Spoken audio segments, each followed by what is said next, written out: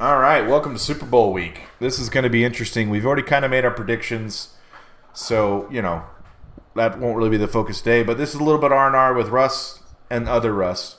How you doing, Dad? I'm doing great, other than I have a sciatic. So I've had a couple of back issues along the way. I thought I'd had a sciatic. Oh, no, no, no, no. When you get a sciatic, weehaw, it ain't like the other pains I've had in my leg. So anyway, so Well, if I sit funny and if I move quick, it's because my leg is now catching fire and I need to move. yeah, today Anyway. was supposed to be kind of a try show, but I mean, not a bad thing. Rob has an interview, so hey, Yeah, I asked him if it was actually an interview, and he must have headed off because I never got a response. But it's all good. We I got think plenty it's to cover. I think it's virtual because part of it was he needed Oh, little man asleep. So right. Right. That's funny. All right, killer. yeah, it's today. Honestly, we're going to start with Purdy because obviously he's the quarterback. The narrative around him has been kind of all over the place. I just sent my dad and brother, Rich Eisen, who's one of my favorites, probably. Absolutely. He's confused. We're confused. It is a really weird conversation. It is funny how short the memory of the media is, in that it's literally Brady all over again. Like, let's be honest, this is Brady 2.0. Yeah. Well, that's Um, what actually Rich said, which I obviously, he was spitting out all kind. By the way, anybody want to go watch? It's awesome. But he's spitting out college level stats. I mean, what was it? What was it? Air Air miles? yards. He had it was something about if most yards with the 20th or worse attempts. He's the only one on the Right. list. Yeah. Which, look, the good part is whether win or lose a Super Bowl, I don't know that Brock Purdy is. He wants, that last cut that Rich showed of him going, Mhm. "Hey, I'm in this for these guys, right? This isn't about. I mean, I'm Russ Ripley paraphrasing, right? Russ Senior. This isn't about me. It's about what I need to do for these guys in the locker room, right? Mhm. That his head isn't too big, that his helmet still fits, and um, I don't know how you, if I was Brock, right, how you avoid the narrative over and over and again. And I thought Rich's great question was, why so negative, right? Why do they Mhm. hate him? Appear to hate him. Hate's probably too strong a word. Don't respect him, obviously, right? Yeah. And so if he wins, and I'm more of a Niner fan than a Chiefs fan. I'm not an anti-Chiefs fan. If it was Denver or Dallas, it'd be an easy. But it's Andy Reid who I like. I think Patrick Mahomes is literally unbelievable. It's why anybody, if you're going to bet, you ain't betting with the Niners. Although the money seems to be hot and heavy on the Niners. But back to your Purdy question, every stat he could possibly put up, he did in his second year. Comes out of basically nowhere, right? Mr. Character absolutely took total responsibility of the 3 losses this year. Basically said, I need to play way better. I owe it to these guys, I think was his exact words, right? So anyway, what did you think of the Rich thing, and then the narrative, and especially like Nick, who will, you know what, Purdy wins the Super Bowl, Nick just won't go on the air. No, I think you will, and Yeah. But the thing is, it's really what it boils down to is what is your opinion of Shanahan?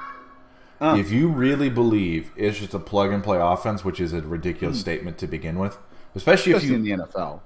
And I told Rob this. This is really my problem with Nick. It's not even necessarily that he's wrong. It's that he actively chooses not to learn. He doesn't bring on Chase Daniels. He doesn't bring on Kurt Warner. He actively chooses to not get new information, to round out Not his even listen to opinion. the guys that disagree with him. Kind of your point, right? And listen, part of it is the people he's arguing with, like Broussard, won't say Purdy's good or elite.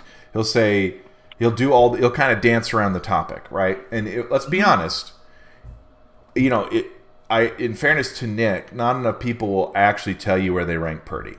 Because let's face it, is he top 5, right? Because if who's our top 5 quarterbacks in the league? It's got to be Josh Allen. It's got to be Mahomes. I think Burrow has gotten there, but I don't really know. Right now, with the amount of injuries, I don't know if that's actually fair to just basically like, well, no, he's in the top 5. So maybe. Right. Well, who's after that, in your opinion? I think Lamar, even with some of the playoff Lamar, stuff. Sure. Yep, Lamar, definitely. Who else? Honestly, because I think this is the weakest quarterbacks have been. People will say like C.J. Stroud or Matt Stafford or Dak or Love in Green Bay, right? And okay, and this is also important because Rob made this great. I'm so annoyed he's not on. Or the guy we completely never talked about after their complete collapse, the Eagles, right? Jalen Hurts. I don't look. I struggle to put that entire thing on Jalen Hurts, right? Right. It's a team game, and they collapsed as a team, in my opinion. Oh, 100%. So. But in my opinion, it can be two things, right? Like, obviously, Purdy could not just go to Chicago and take him to the Super Bowl. Now, I would argue Mahomes couldn't do that either. He just would look better. Right. So they'd win more games. They would win more games. Now, also, you can be a quarterback who needs a specific system, especially early in your career, like we kind of talked about it off air, is I don't think we talk about enough the learning curve and the on-ramp to get a quarterback to the point where they can become the offense. They can be Peyton, they can be Brady, they can be Mahomes. Mm-hmm. If your offensive coordinator sucks, you are not going to look nearly. It's why everybody does this, right? If I put, this is the argument they make, if I put Josh Allen on the Niners, well, the stats would be cartoonish. It's like, well, I actually don't agree with that because what Shanahan wants is Kirk Cousins. And right now, he has a far better version of Kirk Cousins. So precision, timing, rhythm quarterbacks can't operate anywhere. That's not news. That's Breeze couldn't. Right. Even Peyton. I mean, listen, Peyton's probably the top 3 best quarterbacks of all time. Even he needed help. Brady needed help. And I think we've gotten this, and I've actually cracked the code on when Cam Newton says a game changer, he really means a dual threat quarterback. That's really what he means. I mean, was he giving other examples or just using himself? No, he would say his game changers are Mahomes, Allen, Lamar, and Burrow. Burrow's not much of a runner, and I would actually challenge him on Burrow because I don't think the gap between Burrow and Purdy is actually that great. But if your definition is essentially Michael Vick, really, that's kind of what he's saying because he's a little bit of a Michael Vick, then you're right. Purdy isn't, Kurt Warner isn't. He even called Brady a game manager, which is a crazy thing to say. Who was it that said he was basically it was Warren Sapp. Wow, Warren Sapp was hard. Basically a running back. Woo! I was blown away by that comment. I'm like, hey, dang. Look, Warren is Charles Barkley with I don't know, less announcer cred because he obviously hasn't been in that genre, right? He's not Michael Strahan or Howie Long, right? He hasn't been in that role. I would love, after hearing him, I think he should be in the NFL broadcast team somewhere because that was gangsta. Right? Well, and that was OC or whatever they call it, right? Yeah, he's also allowed to do that. That's the other thing too, because he's kind of earned he's a Hall his of stripe. Famer, man. Yeah, and he's not wrong. Listen, he's not wrong. I love that statement. Well, okay, actually, let me back up. I don't mean the glorified running back part because I don't agree with that. But I think that was a little bit of a, Cam even called himself out, and I'll give him credit. I watched a clip where he said he couldn't even always process the offense and do that portion really well. Well, so to your point, though, Russ, that goes back to what you said. How long does it take them to get to the speed of the NFL, which is insane, right? Everybody that ever is honest as a quarterback, right? It's the same. Look, you know what? And so we talked about, I think it was last year, maybe it was before that. We were talking about the insane corners. We had a couple of insane cornerbacks, right? Then in college, you maybe have 3 teams where they've got a guy that might run by you, right? If you're an elite corner, what's the guy when he went to the Jets? What's the guy that was so good? Revis? Yeah. right? Shut down corner, right? Just use him as an example, right? I guarantee you in college, there's only like 3 guys that were going to ever run by him or get close. You get to the NFL, every week somebody can run by you. In fact, the tight end can knock you over and run by you, right? So it just changes. So the speed of the game for a quarterback to go from 1 to 3, even on your reads, is insane. So you can look at quarterbacks that everybody thought were lead pipe cinch, and they were just, the game went by. And I don't mean head cases. I don't mean guys that blew up their own future. I won't name any names. But, Leinart, I mean, the game went right by him. The guy from, God, I'm just blanking on the guy from Washington State. It wasn't Bledsoe. It was the other guy. Where, and Washington State ran a pro offense. And he got to the NFL, and it was like a blink of an eye. These guys are got a hand in your face. By the way, real quick, if you watch highlights of any of the Marinos, the Elways, Joe Montana, see how many times they got just shellacked. They would be in jail. No. It was unbelievable. Anyway, I forgot because I was watching some old Montana clips because it was the comeback thing, and we've talked about it, right? Oh, Purdy can't come back. Then he did, right? But the speed of the game, the amount, one of the things Shanahan said is, every rep is the same.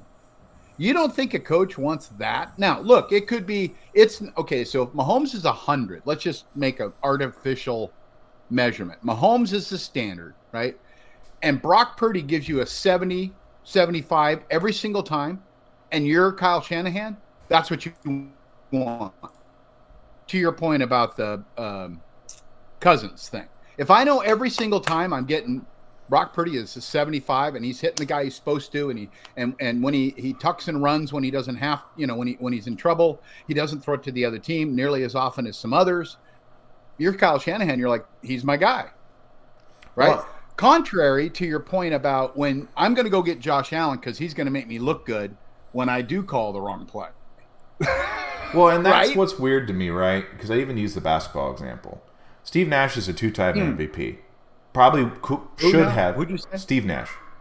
Oh, yeah. Could have won and probably should have won the title at some point. But the reason MJ is considered the best is he's 6-0, right? Yep. Now, again, basketball's a little different because by default, you're probably the best player when you're winning that much. Just usually. It kind of works out.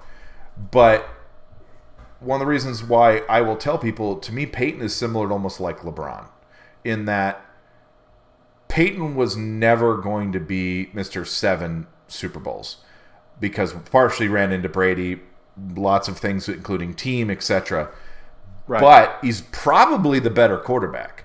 So when you start to evaluate these quarterbacks, it's like, so it really is dependent on what do you actually care about. Brady has 7 Super Bowls. Is he as good of a quarterback as Peyton, or as good of a quarterback as Mahomes, or as good, and I use that relatively, as Dan Marino in his prime? Probably not. Probably not. He's limited. Right. Like, we all know that. He's not a runner. There's lots of limitations there. So is the titles what makes him the best?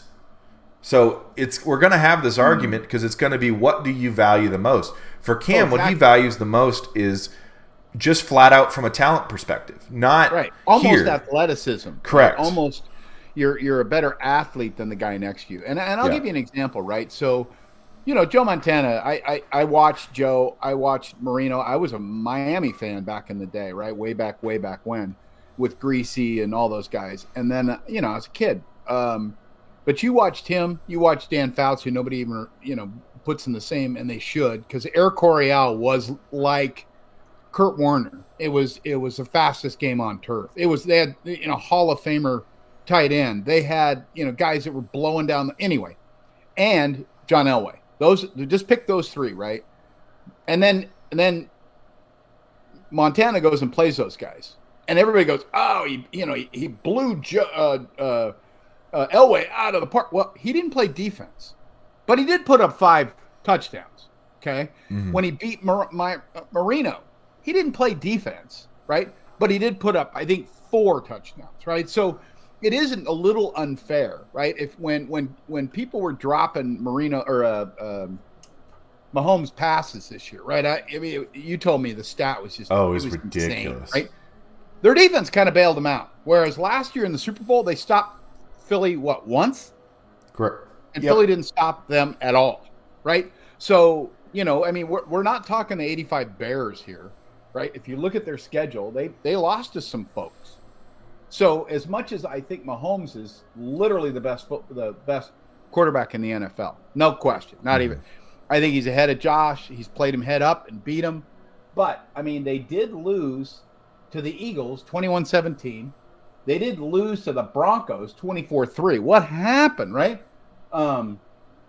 They lost to the Raiders 2014, and that was still when things mattered. Right. That was 3 games to go, right? And Raiders didn't get a first down for 3 quarters. Where they were fighting for, and it was 13-12. What? So, there's plenty of film in stopping the Chiefs' offense, right? I don't know that you're stopping Mahomes, right? But you can stop their offense, right? So it'll be anyway. So I still think Mahomes is the no.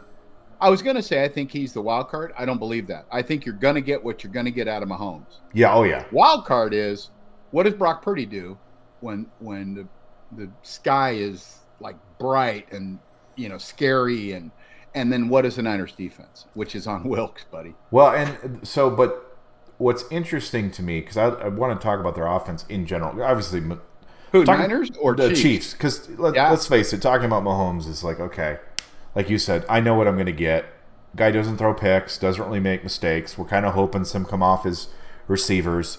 And actually, what the biggest concern I have against that offense is, and this is my pet peeve, is we're having the exact same problems as the Niners defense over and over and over again. Can't set the edge, can't stop the run, soft coverage, D-line isn't getting home. Because when Tampa beat Mahomes, it was because he had lost 2 of his linemen and he was running for his life, which is how you beat everybody. That's how you beat Brady. Right. That's how you beat Peyton. That's not like that's reinventing the wheel, but that's why the Giants beat the Patriots twice. It's why the Tampa beat. It wasn't Brady. Brady played pretty good, but it was the defense whooping on Mahomes. So obviously the Chiefs' offense isn't nearly as high powered as it has been, but boy, is it reliable. Like Kelsey is up for the playoffs. Mahomes is very, very surgical. Pacheco, who runs weird, but is a great weapon. So yeah, almost 100 yards a game in the playoffs. Yeah, what's weird 54 is they went the opposite of Brady. Brady started with like basically this team, but Mahomes started with the high-powered offense that Brady ended up having. Look, if you can't defend Kelsey, 262 in the playoffs. Have you seen his routes? Oh no, wait. Have you seen Kelsey's route tree? He's only got. I get it. He's only got 3 TDs, but 262 in 3 games. I'm going to send it to you. I would and love him to and show Rice, it, but I'm afraid. Rashee Rice. Between the 2 of them, they got 500 yards of offense. Shoot. Have you seen the breakdown of the routes Kelsey's run in the playoffs? Is it just circle stuff? It looks like spaghetti. They're not routes. Oh, really? It's literally. So is it Reid stuff then? In other words, essentially, he's just reading. What they basically have told Kelsey is, and he's amazing at this, is don't necessarily run a route. Just find the soft spot. You're big. You're strong. Although they Acho, I love his film breakdowns. Showed they ran the same play twice against. They ran it in each of their playoff games where it's essentially one-on-one with Kelsey, and they essentially do a fade, and he's impossible to cover. And the problem was in both of those, the way they defended it was they didn't double him.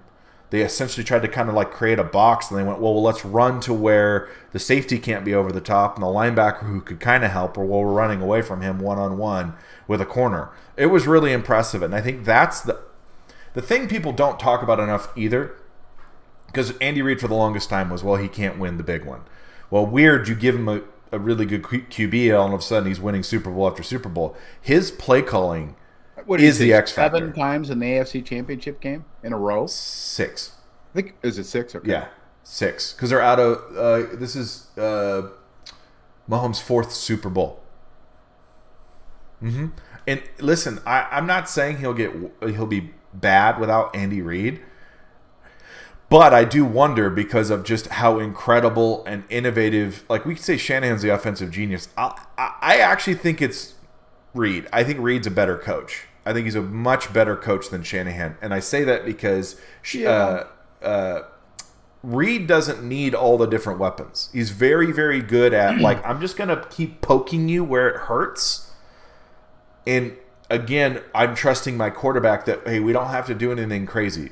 Okay, cool, we'll hold the ball, but their play calling does not get nearly the credit because it's just not as fancy. Well, think about his history though. That's the other thing, right? He has been around. He has had failure and success both, right? Very true. And you know, almost anybody in business, in sport, they learn more by failure. Unfortunately, there's a great book by John Maxwell called "Failing Forward," and you know, talking about how do you learn from your, and it's basically a business, you know, because John's, you know, awesome business, 21 irrefutable laws of leadership, on and on and on, right? But it's all about, okay, now what do?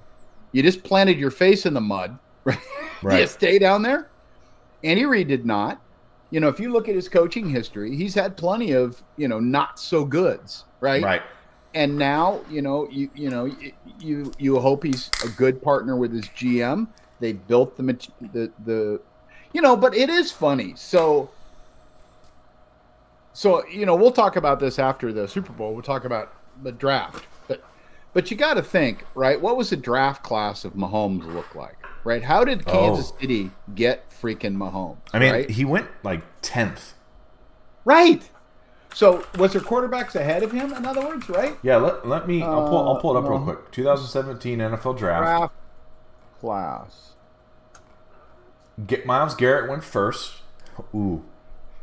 Mitch Trubisky to the Bears. We took Solomon Thomas, a D end. Leonard Fournette to Jacksonville. Corey Davis to Tennessee. Jamal Adams, not bad, to the Jets. Mike Williams, not bad, to the Chargers. Christian McCaffrey. John Ross, that says a lot, and Patrick Mahomes. And they talk about it. You know why we didn't draft Mahomes? Is because the whole plan was to trade for Kirk Cousins, that Shanahan never even evaluated Mahomes. He didn't even look.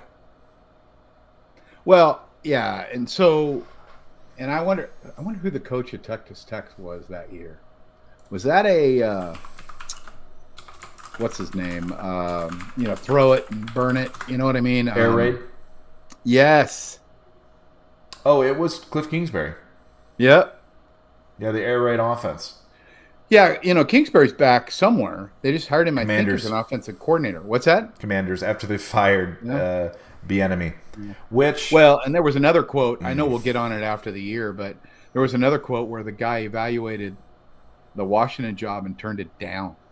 I can't remember who it was. Yeah. No, it was a great article, but he was like looking at leadership and it's like, no way, don't want to go there. He said they were too, almost like, because what they did was, I believe, it was the guy from the Warriors, Golden State, who went to Washington, and the guy felt like they were too NBA kind of thing. Oh, interesting.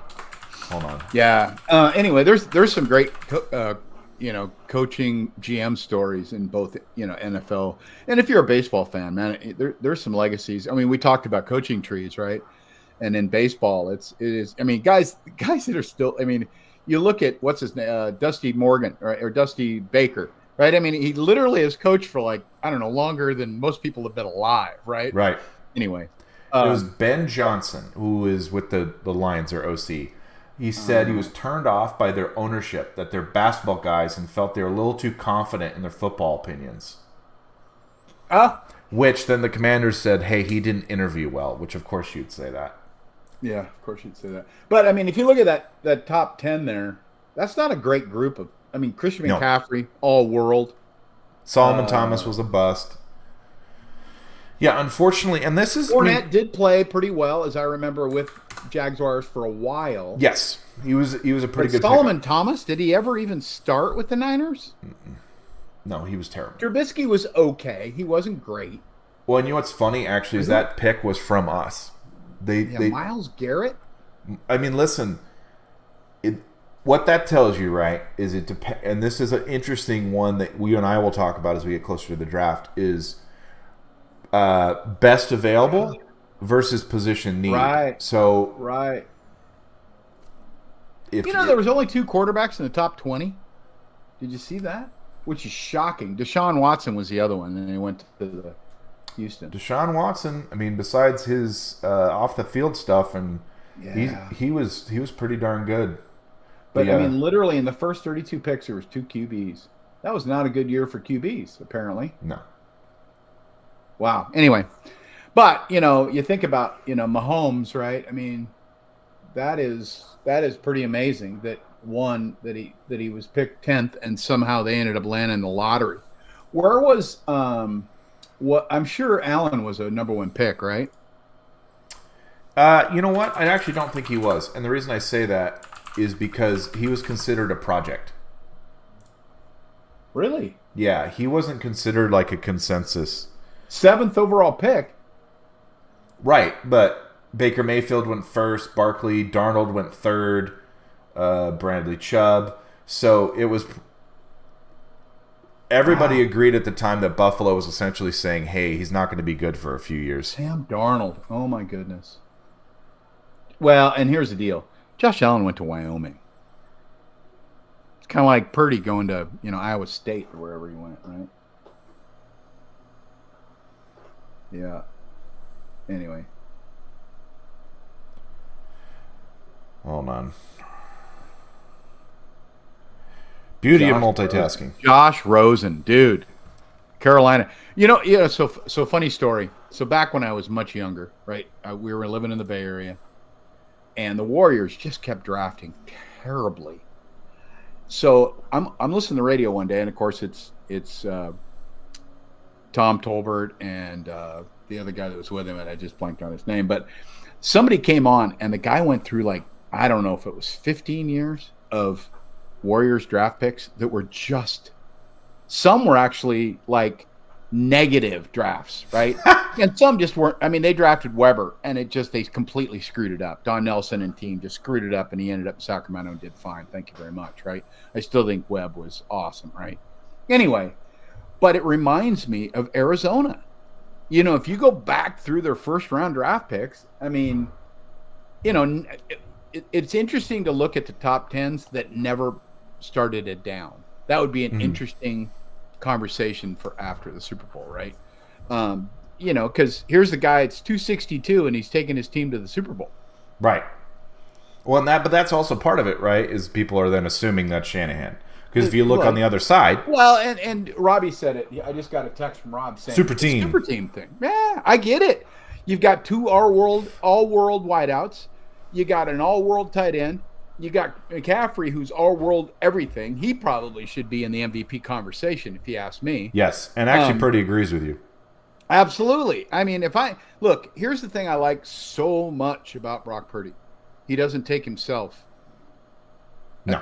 There's a great line that says, it's not I should think less of myself. It's I should think of myself less. Right. Right? That's humility, right? It's not, I'm so, I'm not very good. And that's not humility. That's false humility. Purdy's got the right kind, which is I think of me less. I think of my team more. I think of my coach more. The Shanahan arm around the shoulder after the NFC Championship game told you everything you need to know. Right. The kid is 24 years old, Russ, and he's going to the Super Bowl. When, the Niners really believed that they were going to go last year if he didn't get hurt, which, who knows? Yeah. But I do, so rather than jump into each, because I realize this might be a little easier, is I think your point was sound, is that the key matchup is not Mahomes. It's, Purdy against the Chiefs defense and the Niners defense. The defense that showed up 2 weeks in a row is going to lose the Super Bowl. Right? which Yeah. defense is going to show up. Is it going to? Because there was a couple plays, and I especially the Lions game where the running back went through and nobody went to chase him down, and I'm just like, what? That is not Niners defense. They got Niners, eviscerated for everybody's effort. going to the ball, putting a hat on them. You know, when I watch some of those older clips, right, the number of times it was the third guy that nailed the guy on the ground. I mean, some of the hits when the guys actually caught the ball, the number of hits on Jerry, and he just bounce, rolls, and goes into for a touchdown, right? But they were getting blasted back in the right. And, you know, the Ravens are probably, you and I talked about that. Ravens take chippiness to a profession. Yeah. And so then it no longer becomes chiffiness. This is how we play defense. I'm going to punch you in the mouth every time you come through the line. Well, and like Juwan Jennings blocking the guy to the Gatorade. It was crazy, the effort. And the Green Bay game actually is a little bit of a what do they call that? A mirage. Because the number of plays were actually because the guy fell. So I mean the running was still a problem. And it showed up, and maybe this is... Oh, the weather, right. The weather was a huge factor, but right? Maybe this is just me. Yes. I don't quite understand how you can be in an NFC championship game and have to be told to have more effort. That really is bizarre to me. And it was Bosa was the one I saw. And I Bosa, Chase Young. But what it looked like to me is I was so far out of place or out of position, and my other guys are going to get him. And when they didn't, you could just see, you know, and he starts to run. And then the effort started, you know, like you and I talked about, right? Hey, the front seven, it's all about effort. Yeah. Right? If you're going to do run defense or run offense, it's all about the effort. I missed a block, I'm blocking the different guy then on a trap, for example, right? So if the running back gets by him, I still got a guy, right? You see that all the time. You see the guy that like, oops, I missed him, and he stops. He didn't block anybody, right? Right. So it'll be interesting. One, I think the Niners offense will be okay. I really do. I don't know if they score 17 or 27. I don't know. I think some of the weird ball bounces may determine that. The difference will be, what do the Niners allow on defense? If they allow them to drive and then kick a field goal, right? Yeah. I think that bodes well. By the way, Chiefs, certainly Andy Reid is not a go on at fourth down kind of guy ever.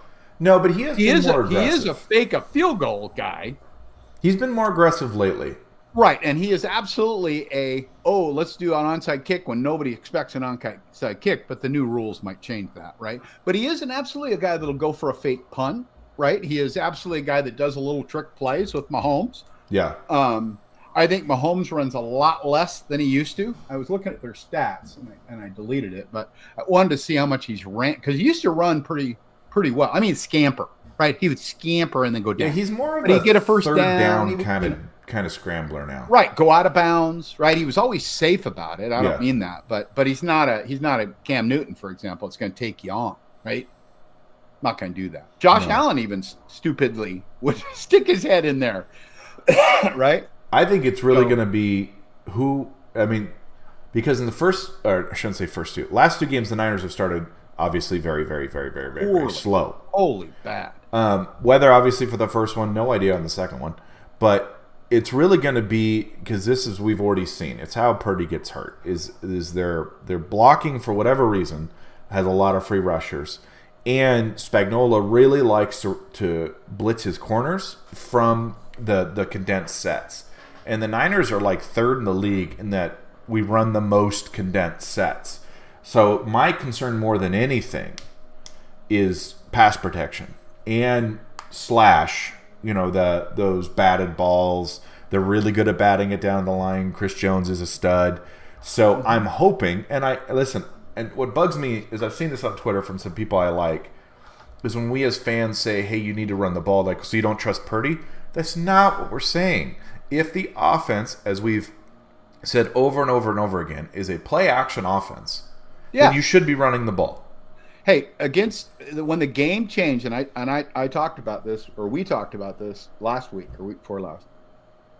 When the game changed for the Niners in the second half, they were running Christian McCaffrey. Now they ran him in a little short swing pass, which is a long handoff in the Niners offense, right? Yeah. But in the first half, he was getting 2-3 yards and getting pounded, right? Against the Lions.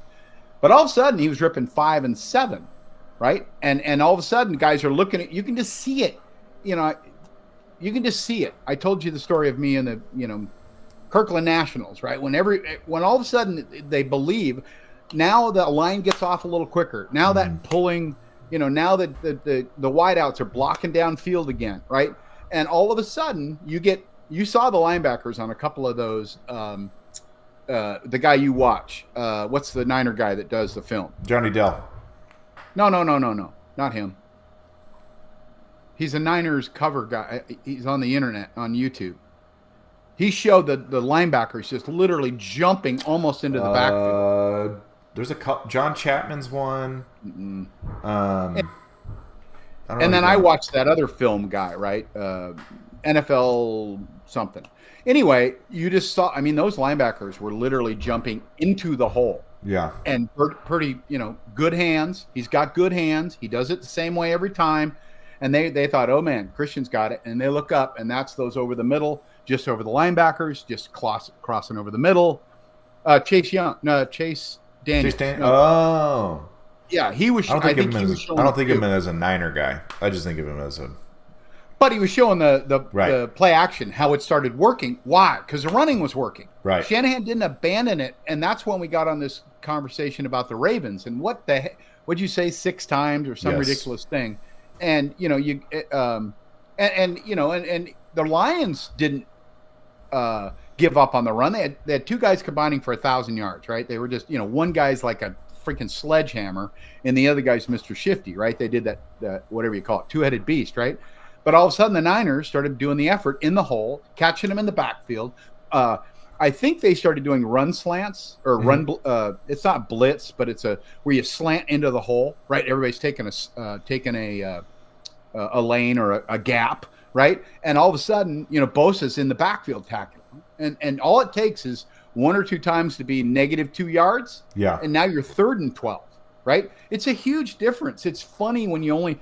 We always talk about gain of inches. It's a game of yards. It's not a game of inches, right? The old days where, did he make it by 2 inches? No, it is. If you're 3rd and 8, that's a lot different than 3rd and 6. It just is. Your routes are different. But what's weird is actually how bad the Niners are at 3rd and getting some out the field in 3rd and long, and it's because in my opinion, this has always been my frustration with Wilkes, is he's a good. Like, if I were to give him kind of the Chiefs' defense, they have 2 really, really good cornerbacks, I actually think he'd do better. The problem is for our team, our best players are the front 7. Right. And I don't think he knows how to coach them or give them really unique or interesting looks. Time. Yeah, I agree. I haven't watched nearly the Niner games that you have, right? But, man, when here's the funny part. Their best was the front 7, and they were struggling against Rams' run. They wouldn't put 7 in the box. They literally, said, "Hey, my 4 guys are going to beat your 5 guys," and that just didn't happen. They either doubled up on Bosa with a tight end, and they were running right through them. What a gash, 7, 8, 12 yards, right? And like you and I said, make Goff beat you. Yeah. Now, I'm not sure that's the same conversation you have against make Mahomes beat me. Honestly, I want him to run it. Yeah, but their running back's a 1,000-yard runner. I think it was 980 or something. So yeah, but I feel like they pass the run. That is a strategy. You pass so that you loosen up the run game. Right when you're ahead, now you start plowing it. You start pounding it. That's an Andy Reid type of deal. So, I was trying to find it. It was on Twitter. The Niners do no disguise on defense 79% of the time. No blitz 82% of the time. Wow. No stunt 84% of the time. Static 82% of the time. To me, it's why you sucked against Green Bay, and not even why you sucked against the Lions. To me, that was a big part of that was effort.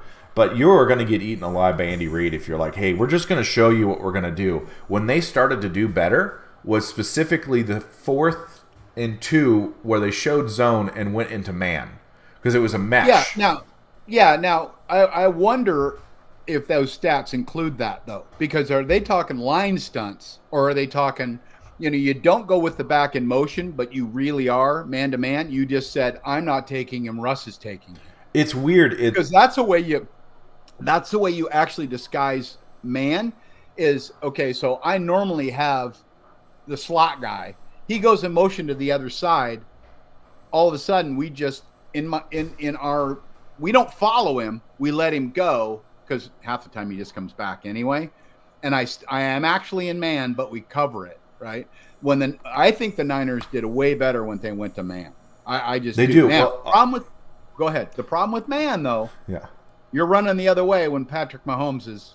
And honestly, I'm fine with that, because it's so frustrating, and I don't understand. I'd love to. And no one has asked Wilkes, and I don't quite understand it.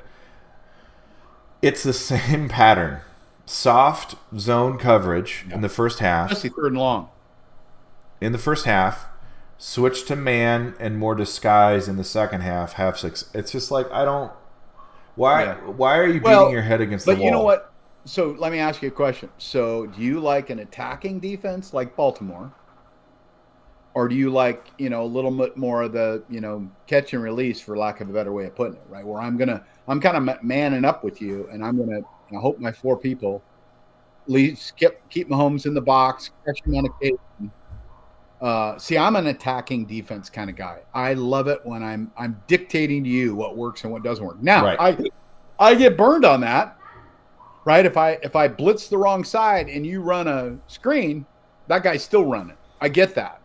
But to me, that's what I dial up. With the Niners defense, I feel like to me, it's personnel dependent.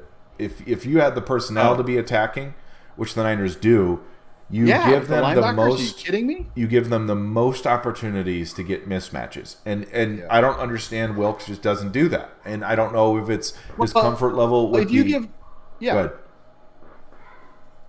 I was just gonna say, if you give Patrick Mahomes 3.5 seconds, he's gonna destroy you. You're in trouble. It's the rule with Brady, is you didn't want to give him time. But if nothing else, Kelsey just finds a spot and sits down. Right, and that's what's frustrating to me watching Wilkes, and I get part of it, and I think this is insane to me that Shanahan thought this was a good idea, was they brought him in and said, learn our system. It's like, so why'd you bring in a coach and say, don't run anything that you run? Yeah. And then be surprised when there's issues. Because big surprise, of course there's issues.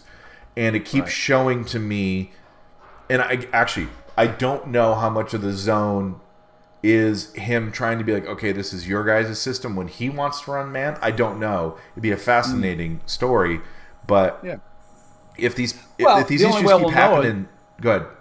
No, finish your thought. Sorry. If these issues keep happening, then to me that's Wilkes. Like, at some point, it's like these are your patterns, and it's like he doesn't learn, and I don't understand it. Well, I think the way we'll know is if he goes somewhere else. And sees success. Like my pick on Dan Quinn. And if he ever hears me talk, I'm sorry, Dan. I go back to the Super Bowl. I go back to your Atlanta Falcons Super Bowl when you gave up the most points in the NFL history on the Super Bowl. You caused my Seahawks to lose the second half to Brady. Nope. You should have just kept pounding his ass. Sorry. The second half. How you let up on the throttle on your defense, I have no idea. You gave him, you let a Joe Montana get into rhythm. Yep. The way the Giants beat Joe Montana is they beat Joe Montana. They knocked him out of his rhythm. They kept him running for his life. Because if he'd have gotten in rhythm, it'd have been over. They know that, right? He's not Phil Simms that goes back there, stands there, and throws patterns, right? Anyway. Right. So I haven't watched enough Niners. Of course, I was watching Seahawks every single weekend. So, I watched their defense, and when they go in and prevent a wing, I don't care if it was what they call it, Legion of Boom. Mm-hmm. The guy catches it for 25 yards, and you boom him. I don't care. He got a 25-yard completion. When I get part of it is, and I think why NFL coaches do this is they understand they have a limited amount of energy on that defense. So if you're constantly running them and they start to get a couple of drives, they wear out fast. But I'm also kind of with you of like, well, but I never really want to get them in rhythm. Uh-oh. Now I need my offense to get a first down because that's part of it. If I'm going to be an attacking, aggressive defense, it happened to the Niners. If you look at the second half, when the Chiefs really started to drive was when the Niners offense was like 3 plays, 17 yards, 3-minute drive, 3 plays, 7 yards, 1-minute drive. It's like, well, okay, your defense is now tired. It's been 3.5 quarters. And they're a very aggressive, very attacking defense. They are now running out of steam. You needed to get a couple drives to sustain to get the game over with. But I don't think Wilks is going anywhere, because I just checked. The last coaching vacancy was the Commanders, and that got filled. So there's not really – I think he's coming back next year, and actually that might just be – or excuse me, that might be as informative as this year is, okay, now you have a full offseason, and you're at least comfortable enough in the defense. What do you do now? Because I don't think you can be a defensive coordinator and run a static defense in the NFL anymore. I think that's a death sentence. I think you are going to get eaten alive. I don't think that's feasible anymore. Can you still hear me? I can. Your camera froze. My camera went away. I don't know what happened here. Hold on. I may boot and come back or something. I mean, that's the favorite thing, right? Hold on. Let me try something. Yeah, why don't you go ahead and do that real quick? All right. Be right back. Camera issues. So before we started, mine was having issues too. I had to literally restart my computer. And you gotta love it. It's all of these technical issues. It just doesn't seem to matter. Well, he's coming back. I really think what's going to be interesting for the Super Bowl is who starts fast and who starts consistent, which I think is going to be more on the onus on the Niners. Now, you've come back twice in a row, but I don't think obviously you can depend on that versus the Chiefs. You just have to hope. Yeah, it's like, don't move. Perfect. If you touch something. Oh, yeah. I was just saying, I think really the story of the Super Bowl is going to be who starts, like, not necessarily even fast, who starts calm, who starts like we're imposing our will, so to speak, because the Niners, like, you can't do what you did against the Lions. You needed the Lions to help you a lot to let you back into that game. Can't do that against Mahomes.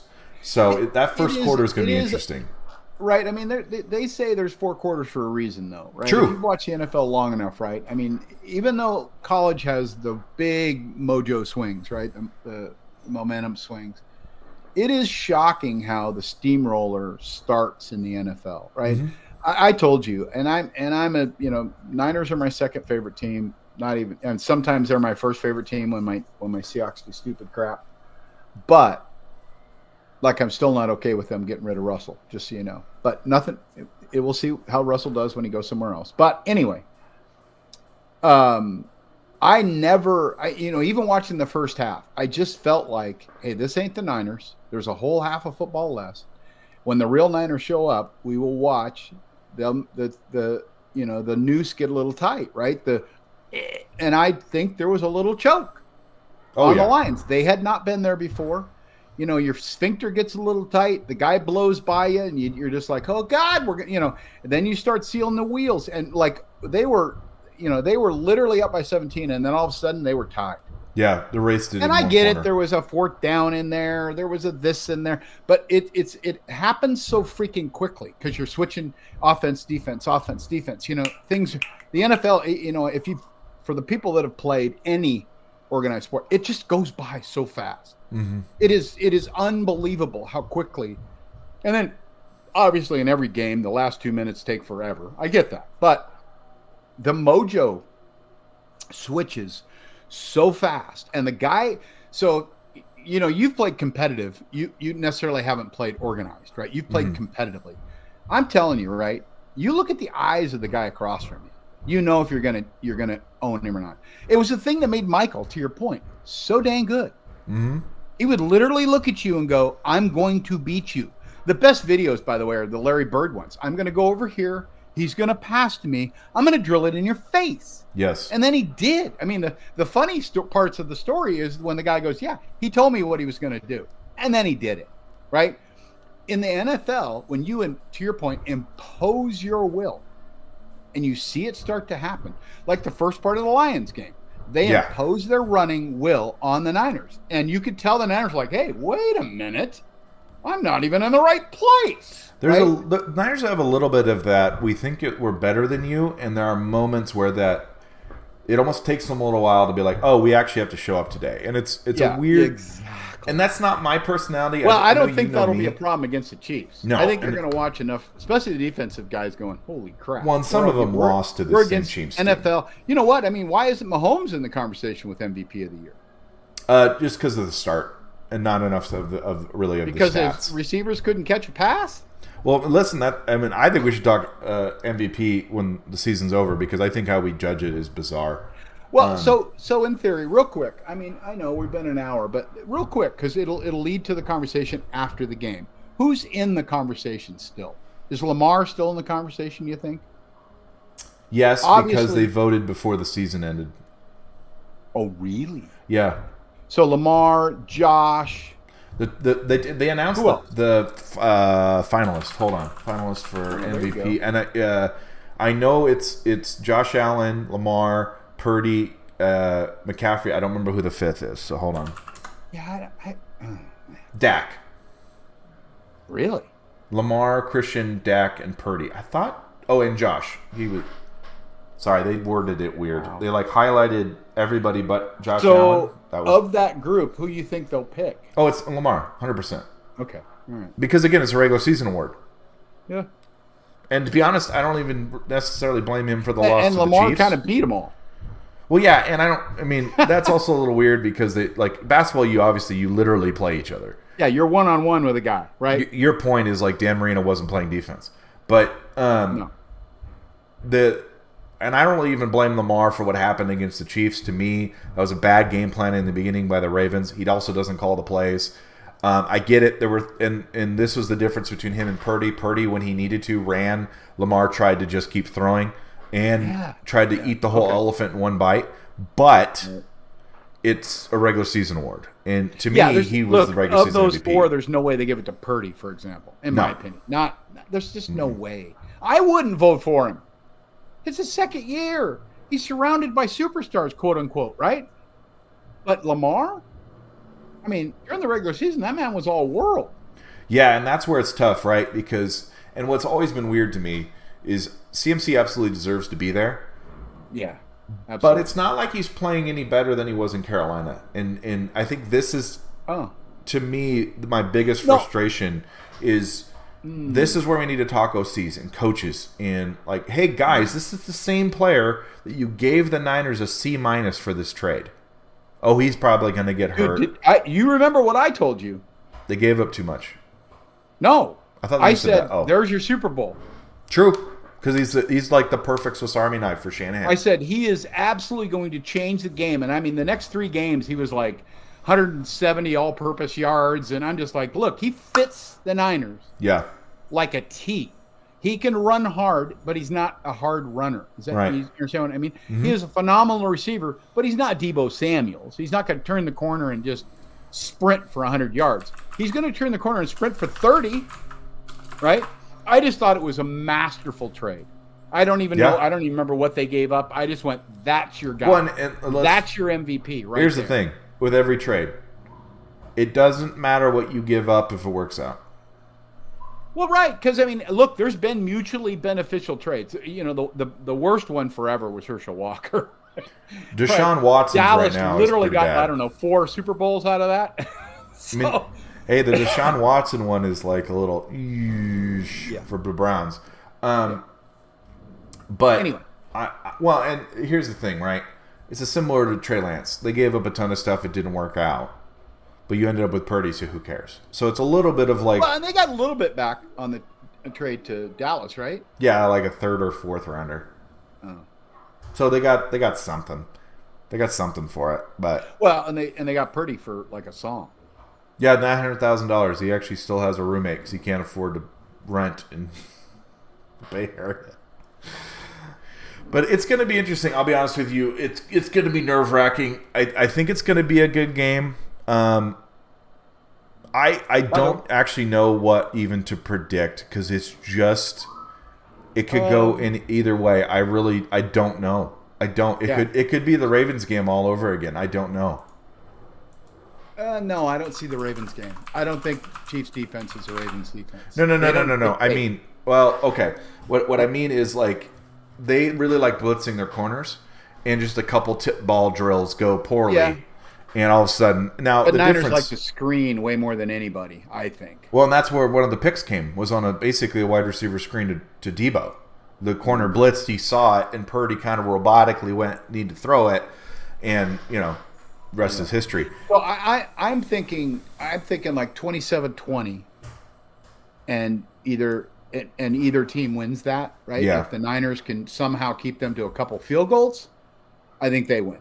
Or 28-20. I think if the Chiefs win, it's going to be like 2014, because like it's not even, and especially if they're up early, because what I've seen from them, and a little different, what I've liked about the Niners is when they get up, it's like, hey, we want to put up 60, which is what you should do with the exactly, which is why they need to start fast. Because I think if they start fast, Chiefs literally pull in the wings. Correct. Like they did They're the Spurs or against Josh, which I was surprised because I thought Allen could put up another 14 points, and they just couldn't. Well, that's the thing too, and this was what the playoffs boil down to: is how many plays do you make?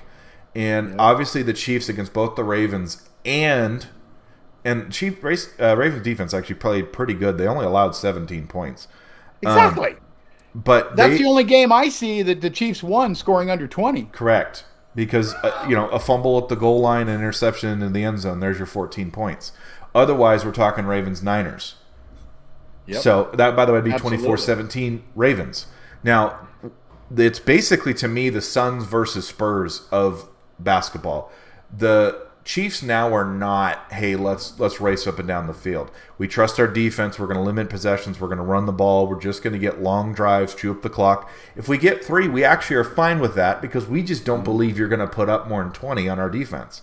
The Niners, on the other hand, are like, if we get up on you, you're going to turn around and it's 35-7, and good luck keeping up. That's the script. And it's going to be, I don't obviously think it's a blowout either way. But if any team could boat race, it's the Niners. It's not going to be the Chiefs because the Chiefs don't care. Cool, we're up 14 on you. Okay, we'll just grind you into powder because we just don't think you're going to have enough time to come back. So it's a weird Super Bowl. It's like the opposite of 2019, which is really fascinating. Right. I was looking to see how many points they've actually. How many what? Points they normally put up. Oh, the Chiefs? I don't see a 30-pointer. Oh, against the Raiders. Well, yeah, one game they put up 30. Oh, no. That was preseason. Chiefs, they put up 33. Well, and I will say, to give a little bit of credit to the Chiefs, and similar to the Niners, I don't think there's a ton you can take from the regular season towards the end, because really early in the season, the receivers for the Chiefs could not catch to save their life. And that is kind of shifted towards the end of the year. So, I don't know. It's going to be it's going to be an interesting game because, they put up 40. You know what? The Niners certainly do the boat race thing when they need to. Yes. Haven't in the playoffs, which 34 is 34 against the Lions, right? Who had a pretty dang good defense. They put up 33, 45. Oh, it's Cardinals. Never mind. 42 on the Eagles. And, at that time, the Eagles supposedly still had a good defense. 34 on the Jags. 42 on Cowboys, too. That must have felt really Listen, good. The number of times we've beaten a team in the next week, people actually ask the question, are they a playoff team? Happened at least 4 times. Because we beat Tampa. Tampa made it to the divisional round. We beat, obviously, the Lions. We didn't beat them earlier in the year, but we beat Jacksonville. Everybody thought they imploded towards the end of the year after playing us. Yeah, that was sad. Yeah, it was. We beat, obviously, Eagles, and the Eagles, they only won one game. They only won one game after that. We beat the Cowboys. The Cowboys couldn't beat any good teams, though. But if you give us any kind of window, and this is something I don't think Purdy gets enough credit for, he will step on your throat and just keep Well, who called it. him the assassin?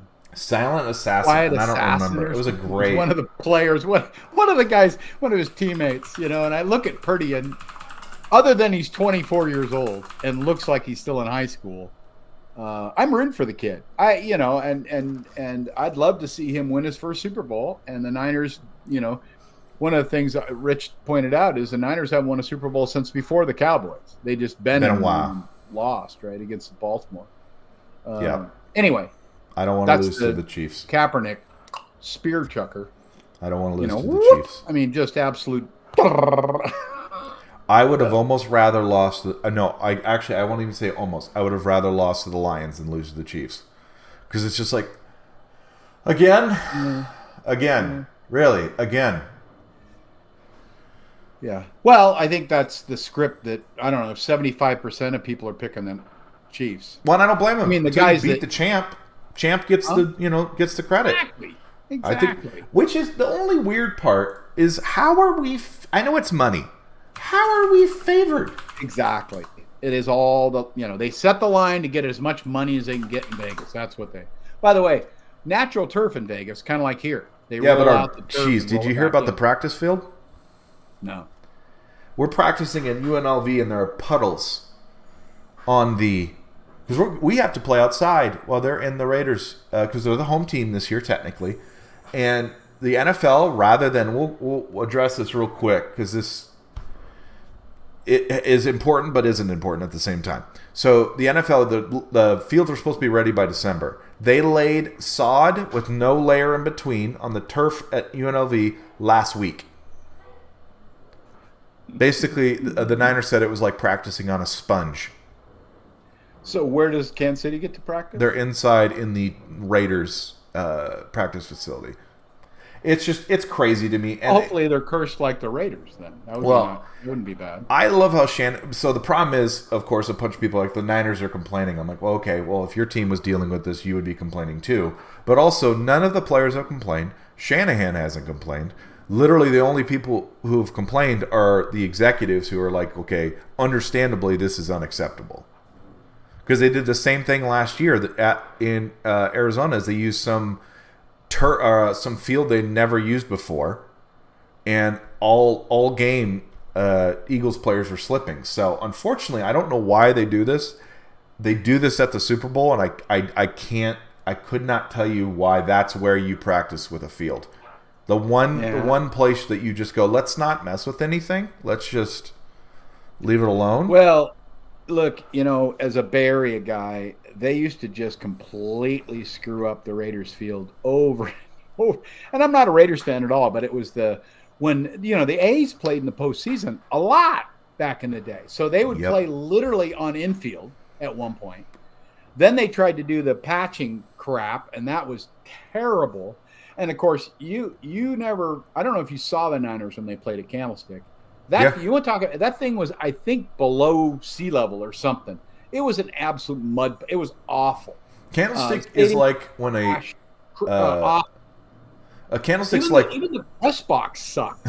So Candlestick is like when a controversial celebrity dies and everybody has fond memories. Is really what Candlestick was. Everybody's like, "Oh, wow. Remember Candlestick?" Well, no, Candlestick sucked. Oh, I went to a Giants game, and Russ, if there was 40 people, I mean, it seemed like there was only 40 people in the stands, right? Most of those were Dodger fans, because if you ever been to you want to see like people at their worst behavior, go to a Giants-Dodgers game back in the day, pouring beer from the second deck. Anyway, but it was just, and if you went early, you'd get the fog rolling in.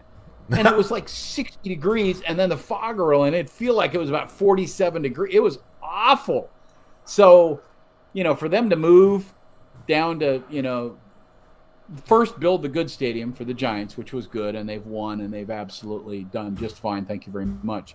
And then Levi Stadium being in Santa Clara, everybody says it's great. Bobby's been there a couple times, actually, my men's group leader. Speaking of which, I'm representing today. Practice training camp from our training camp last year. Anyway, there's some phenomenal stadiums. Yeah, and then Allegiant, I've actually heard, is pretty cool. The Kingdome was awful. So, I haven't been to the two new stadiums. I didn't get to where the Mariners are playing, and that was built by the same people that built Giants Stadium, and I can't remember the name of the group, but they built quite a few really nice baseball stadiums. And then, of course, they chunked a bunch of money down for the Seahawks Stadium, which I've never been to either. But it is funny that they went from the oldest coach to the youngest coach. The guy's half the age of Pete Carroll. Oh, I just thought that was hilarious. I don't even know the guy. We're going to need to talk about that in the offseason. I like that hire a lot, but I don't like it. You know what? I am neutral at this point. I don't know the guy. I haven't done any research. I haven't. It looks like he's hiring other people that look pretty darn good. The Huskies guy that they stole from U of A looks good. He's making all kinds. I told you he's got Pete Carroll's son as one of his coaches at University of Huskies. And actually, Jim Harbaugh's son is joining the Seattle coach as some position. Oh, nice. I don't actually know. Nice. Good. Hey, look. You know what? I wish Jim good success in San Diego. I think he's going to do well. I think we may talk differently about that QB, for example. Right. With a good coach, it will prove our point or your point that an OC head coach makes a big difference in a very talented young man. Right. I think he's very talented. I think he was, given a really terrible. When was the last time the Charger? Literally, the expression "chargering it" or whatever the thing is a thing for a reason. They haven't won anything in forever. Yeah. But to end to your point, well, and by the way, they've got to they've got to beat Denver. They got to beat Kansas City. Man, they're Denver and Oakland though, AFC West doormats. I get Antonio Pierce has hired some really good people, but I still think the Raiders need a quarterback. So in theory, there's 4 wins on your schedule. If you play your cards right, you got to win in your division. And if you split with the Chiefs, that's a win. But real quick, I was looking at kind of the point spread and all that. You're right. Obviously, Niners are -2. I get it. It's all money. It's still weird to me. But you were dead on in terms of the over-under. You said 27-20. Their point spread is 47.5. Yeah, there you go. So that's pretty darn good. Weird. I don't really know. This doesn't matter, but it's interesting. 49ers are 9-10 against the spread. Chiefs are 12-7. I mean, who really cares? It's kind of a random thing. But I do think that shows a lot about who they think is gonna win. 27-20 in theory favors the Niners. Yes.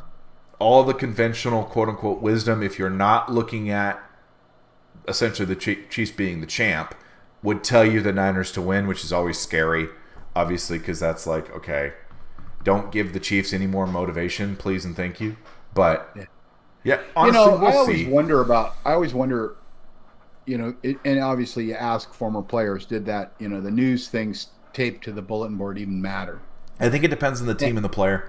Exactly. I really do. If you ask 10 guys, NFL players, and I mean, the Strahans, the Howie Longs, Hall of Famers, you're going to get 10 different opinions on that. I bet money. 100%. Right?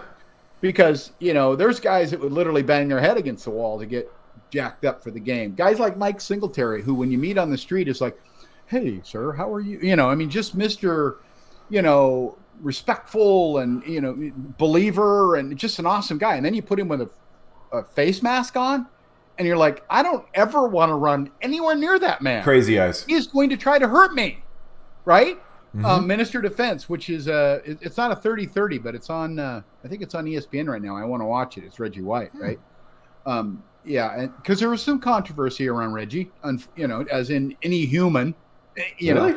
Yeah. Oh, But anyway, I want to see that because some of the 30-30s have been really good. And then have you watched the Netflix one on Barry Sanders yet, dude? no. Do you have Netflix? I do. I just don't have time. I'm telling you what, dude. Sit down someday. It made me root for Barry Sanders even more than I rooted for him before. It really just an awesome human. All about his team. Literally did not care about any of he literally would not go back out on the field to whatever the award was, right? Just said handed the football every single time when everybody else is pounding it. And he's like, okay, I got another touchdown to do. Well, right? and you know what? That's something I've always liked about Purdy. And by the way, nothing against Tom Brady because I think everybody needs a different motivation. Like Tom would tell you exactly who was drafted before him. Purdy literally said, "I don't. Not only do I not care, there's a reason I was drafted last. Not just because of because he said, hey, that's God's plan, but also acknowledging like there's a reason I was drafted last." Right. And that to me, that's that kind of X factor is does your quarterback either miss your petty, which is okay because that can motivate you really, really well. Exactly. Kobe and Michael were very big on, hey, you even remotely slight me, and I'm gonna drop 60 on your head. I'm gonna yes. Reggie, Barry, Kurt Warner, Andrew Luck, and Brett Favre would both say, hey, great job hitting me. That was an excellent sack. Oh, they didn't need to be petty. The guy's at sack Brett Favre and he's helping him up. And you're like, patting him on the butt. Right. Anyway. Now, with Purdy, it's just, listen, I'm locked in. I'm Terminator. Like, that's just, I'm the same every single time. I didn't know he did impressions apparently in the huddle to keep people relaxed, which is hilarious. Saw that on Twitter. Good. Hey, look, it's John Candy. That's just it. A great example. Thank you for that. Is Joe Montana like calm as could be? That's different guys. Different guys have a different like. Unfortunately, Dan Marino scream it as receivers. We all agree Aaron Rodgers is a little off, but it's all about. He's an odd duck. I mean, what else are you going to say? But he's still one of the best quarterbacks of all time. So can you turn whatever you need into motivation to no matter the situation? In fact, a couple guys said, listen, we weren't worried about the lead because we had Purdy. We knew we could come back. So same on the other side. If you have Patrick Mahomes, you're just like, I don't care what the score is. Until it hits 0, I assume we got a shot because of who we have behind center. And you can't measure that. And if I'm Shanahan, I mean, people still saying if they lose, he looks for another quarterback. I'm sorry. Right now, Purdy and Mahomes are the two quarterbacks out of all 14 quarterbacks, including Josh Allen, including Stafford, including Goff, including Dak, that I would take over any of those guys because of things outside of just their talent. So it's fun that I think the two best quarterbacks ended up in the Super Bowl, even though I was kind of rooting for Lamar. So it's two familiar teams facing each other again with some new faces, but yeah, I have no idea how that game is going to go, and I am already nervous. So we'll see. I literally have no idea how that game's going to go. I could not tell you because I've already been completely surprised by the past two games. So God only knows how. I mean, they could come back from 20 down. I don't want them to, but they could. Right. So who even knows at this point? Yeah. Well, and look, here's the one thing that I want. I'm concerned that it's not this way, but to me, what it looks like is these two teams earned their right to be in the Super Bowl. Yeah. It wasn't easy for the Chiefs all freaking year. Right. It wasn't. Nope. They had to go on the road and beat the Bills. They had to go on the road and beat Lamar and the Ravens. Yep. And they did, right? The Niners did something they hadn't done all year. Right. 2 games in a row. Come back twice. They weren't supposed to do that. Right. This that was their Achilles heel. Somebody else in there. This was supposed to be Ravens Dallas, for lack of a better way of putting it, right? Or Ravens Green Bay. Nope. It's two teams, in my opinion, that earned it, right? You can see, at the end of it, right? I think it'll be classic. I really do. I wish it wasn't, because for me, I'd rather one of the teams blow out so I can just, chill, rest. But I don't think that'll be that way. I just think there's too much character in both of the coaches and too much character in the teams. If you get rid of the Taylor Swift distraction, right? Anyway, so I saw a post, by the way. Way to go, Purdy with an Iowa girl. His wife or his girlfriend, fiance, whatever, is from Iowa. I thought that, because if you talk to Iowa people, man, they love their state. Oh yeah, they do. It's actually pretty funny. But so I do have a quote. I thought a good Super Bowl quote. This is from Chuck Noll. If anybody, there's a Steeler. They won a few Super Bowls, right? He says, if you want to win, do the ordinary things better than anyone else does them day in and day out. Mm-hmm. It's about execution. The Super Bowl is about execution. You make errors, you make mistakes in assignments. What did you say, Russ? My Every favorite time. The mistakes you make in wins will cost you in losses. Absolutely. That was the playoffs. Who made mistakes? Green Bay, Detroit, Baltimore, Buffalo. Who's at home? Definitely. Those 4 teams. Exactly. And actually. By the way, go ahead. I do think it's about execution. You cannot play not to make a mistake. No. Oh no. Because then you that is sphincter too tight, right? Well, you have to play free. You have to play with muscle memory, not your brain. If you're thinking, you're already too late. Exactly. Now, here's final thoughts. I know we got to go, but final thoughts. I don't think Mahomes or Purdy are going to choke, though. No. I think we're going to get the best of both of them. And I have the rest of them, who knows? To be honest with you, there's so much experience on both teams. Oh yeah. I don't expect Kelsey to choke. No. I don't expect Debo to choke. Well, I think these guys are like, give me the ball. It's shocking actually how calm Purdy is. I think that's why he has done so well, is just because he acts like he's been there before. But I actually have a quote for you that you're really going to like. I want to see if you can name who said it. Okay. Everybody's got an opinion. Leaders are paid to make a decision. The difference between offering an opinion and making a decision is the difference between working for the leader and being the leader. Wow. A famous head coach. Very cerebral. Huh? Famous head coach. Landry? Bill Walsh. Oh, wow. He was super, dude. He was super cerebral. That does not surprise me. That's great. Which in the offseason, because this brings this up, and I want to talk about this, because, and I'll have to find the post. Someone made the point that not enough head coaches are teaching. They're focusing too long on getting their playbook together rather than thinking how to execute it for their players. Too many missed assignments, too many guys out of position, too many guys just not seeming to know what to do, and that's coaching. When that happens, I don't blame the player. I blame your coach did not prepare you for where you need to be. And to end on this, it's kind of a little of a downer. That's actually my problem with Wilkes. Is it feels like too often guys are thinking they're not playing because they don't feel comfortable with where they are. Well, because here's the deal. He's not teaching his offense. Oh, agreed. Right? Or defense. Sorry, defense. But anyway, so here, one parting shot. Did you see the quote where they asked Purdy how he prepares? Oh, yeah. 23rd Psalm. Oh, yeah. Every day. Every day. Well, and his other quote of, listen, I don't focus on things because that's such a shallow way to live. And it can be gone so fast. I'm 63 years old. I still need to hear that. Right? It's what keeps him grounded. It's what keeps him able to do this. This is more important than, so much more. 100%. So many other things. Right? It's what allows him to do what he does. And I just have obviously we're both religious individuals, but I have respect for him regardless because of the maturity level and the understanding of I can't let the situation be too big for me. I need to keep myself. And he even says when he prays, Lord, just help me walk through this. Not for a win, not for us to do well. It isn't wins and losses. Correct. Right. Because he says Lord doesn't care about that. He cares about how I act in the situation. So, dude, when you were 24, I knew you when you were 24. You did not know me when I was 24.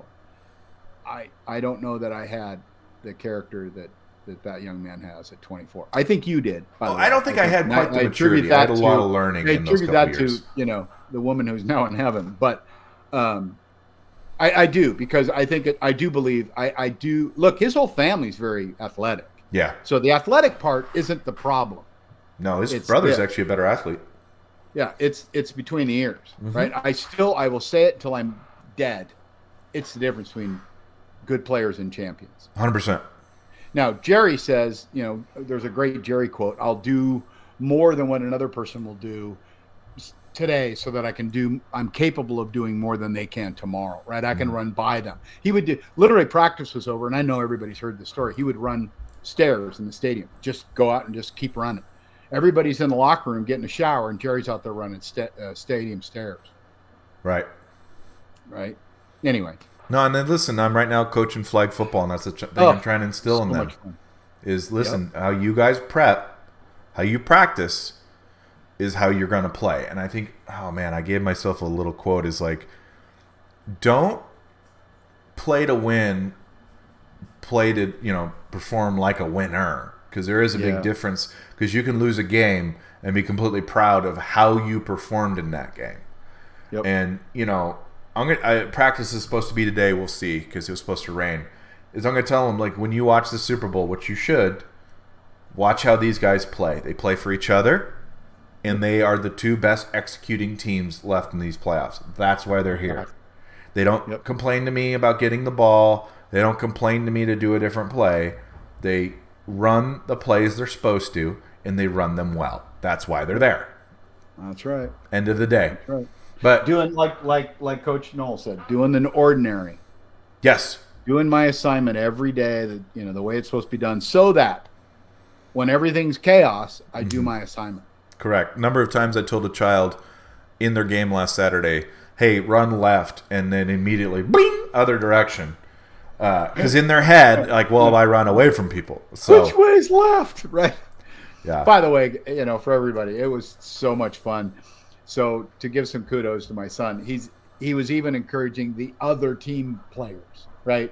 Because these kids are 7 and 8 years old. 7 and 8. Yeah, like, ain't about winning right now. Encourage them. I mean, you get the kid with the little flaps on his, his hoodie, and you know what? That kid he has never played football. Nope. So are you going to make him love it, or are you going to make him hate it? Well, especially, like, listen, I can tell already who will grow up to play in junior high and high school. I can already tell. Right. Absolutely. So why would I ruin? Yeah. We're not even keeping score. And it's not about participation. It's like, guys, we're teaching fundamentals right now. Yep. I want you to enjoy yourself. Got to have fun while you're playing. Yeah. As you get older, trust me, you'll have tough coaches, because that's part of it. But that's not what we're doing right now. That's not the goal. No. Goal 1 is have fun. Goal 2 is be a good listener. That's what I care about. So, with that, did you get a assistant yet to corral? No, actually, I need to. It's supposed to be week 2, which would be this Saturday. So I'm probably going to text my contact and say, hey, how does this work? But yeah, we're going to be watching the game. Hopefully, my dad can come over. I know it starts later and later every year, which is crazy to me. By the way, 5 hours of prep. Should be done raining by time of the game. It looks like. We'll find out, won't Saturday we? is a morning rain, so Arizonans. So real quick, it was Arizona. They had the one puddle, cones all around it, so no one would step in the puddle. In Seattle, that was the middle of the field when I was a kid. Arizona, it's funny because we don't even know. We're allergic to rain. Good Lord. Oh my God, I don't know what it is. I don't know how to drive. No, kidding. Sorry. All right, Russ, great job today. Well, had a great time. Oh, Niner. Hopefully, and listen, I'm hoping for a great game. I really don't want to lose to the Chiefs just because it's the Chiefs again. Right. But what I'm hoping for is a good game. I don't think it'll matter, honestly, what Purdy does. He could throw for 7 touchdowns. If you think it's Shanahan's offense, you're going to keep thinking that. So and I love him as he says, all I care about is winning and doing what I need for my guys. So that's all that matters. Hope everybody has a wonderful weekend. Obviously, stay safe. If you're here, stay dry. If you're somewhere else, just do whatever you want. Exactly. Have a good weekend, everybody. Peace. All right. Thanks, man.